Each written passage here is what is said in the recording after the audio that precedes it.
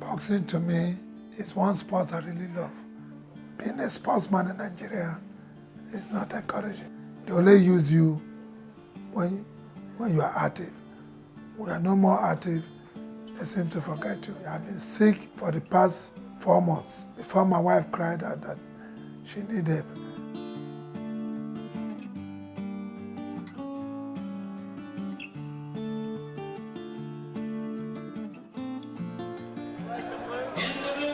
From the state of Nigeria, 18 wins, 6 losses, 1 draw, 9 wins by knockout, bronze medalist in the 84 Olympics, ranked number 18 by the WBC at 169, Jerry Okorodudu.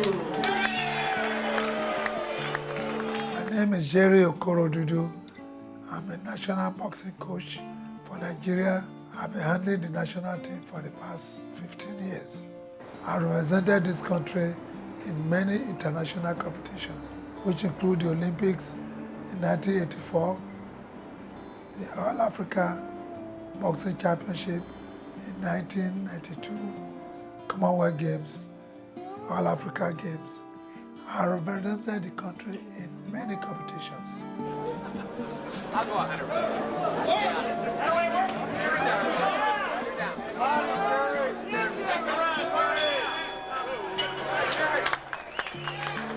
Well, in 1984, I got to the quarterfinal. Jerry Okorodudu versus Sunshine Park of Korea. And I'm to meet Veggie Hill, who I fought in the pre-Olympics, and he lost. America don't want me to meet Veggie Hill again. They took the fight and gave it to Sunshine Park. I was beating him so much that he could not stand my punches. And he said the fight was 3-2 split decision, and they gave him. So, Sugar Ray and Mavi Hadler, they all came up to me and said, Jerry, you did well. You are the champion. So while I was crying, he said, don't cry. You made us proud. We are black brothers.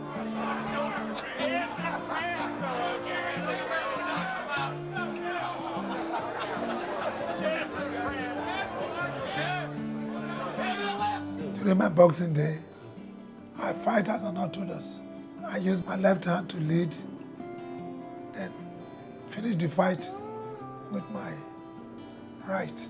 I fight outside, I fight inside. Combinations of punches, I combine the punches. In Nigeria, I was the only boxer who has the baddest hook. Any boxer that takes my hook goes down. Well, I see myself as the father of boxing in Nigeria. It makes me feel great, happy, but the saddest part is the way the country is treating us sportsmen. I tried making them understand that, hey, because I'm a boxer does not make you more important than me. You are just a board member. Sit down there, come to meeting 3 times in a year. This is first ministry, they are owing me salaries month after month. The younger was someone, but my wife, with the little things she sells, the mattress and other stuff, that money we use in Shakumet, the food and everything. And friends are also helping. Then my children, sometimes they will say, Daddy, I pay some money into your account. Before, I used to fill this shop. If I want to go to the market, I take about 500 more than. This shop will filled up with mattress, carpet, mop, all those things. Now, I could not afford them because there's no money. So, it was tough for us. I go to Abuja. When I wait maybe like 3 months, 4 months, I will travel again. They will not pay. Until it got to 15 months. This time, when I got to Abuja, somebody told me that if you keep coming here, they will not pay you. Go to Human Rights. It was the Honorary President, Isa Ahmed, the chairman of Human Rights Radio, got in touch with the Vice President, Yemi Oshibajo, who came, discussed my issue. And Yemi Oshibajo told me there that you will go, they will pay you today. if they don't pay you, call this woman. That day they paid me 12 months. In the night, remaining 3 months, we they just paid. Time out. I'm sick. Before I moved here, I was staying at Osomojumi, street called Osomojumi, in Ajegula here. Last year, that rain, the whole apartment was flooded. Flooded all my properties. My chairs, my stereo, my bed, everything was flooded. I have to condemn most of them. He was not even around then, so I have to call him to come and see what is going on, which he could not make it. So we have to move out from the place to my mother's place. Then we stayed there for about 8 months. Then when he came back, he could not join us there. I have to go to stadium to stay for about another 6 months. So during that time, the illness started. That sickness was so tough. He has malaria, typhoid, and ulcer, which he has another big ball in his bottom. He could not walk. I have to carry him. I have to take him to the bathroom. I have to feed him. He could not stand. It was very tough, which I don't know what to do. It got to a stage that I was even scared. I have to call people for help, which nobody could answer because it was COVID-19 then. They started treating me and taking injection. I have taken so much injection. The cost of the hospital was very much. I told my wife, let's be coming from the house, and I'll spend more than 200,000. My wife was telling me, don't you have anybody to call? I said, who do I call? I'll call my boxing people. They are not answering me. Abuja that is owing me.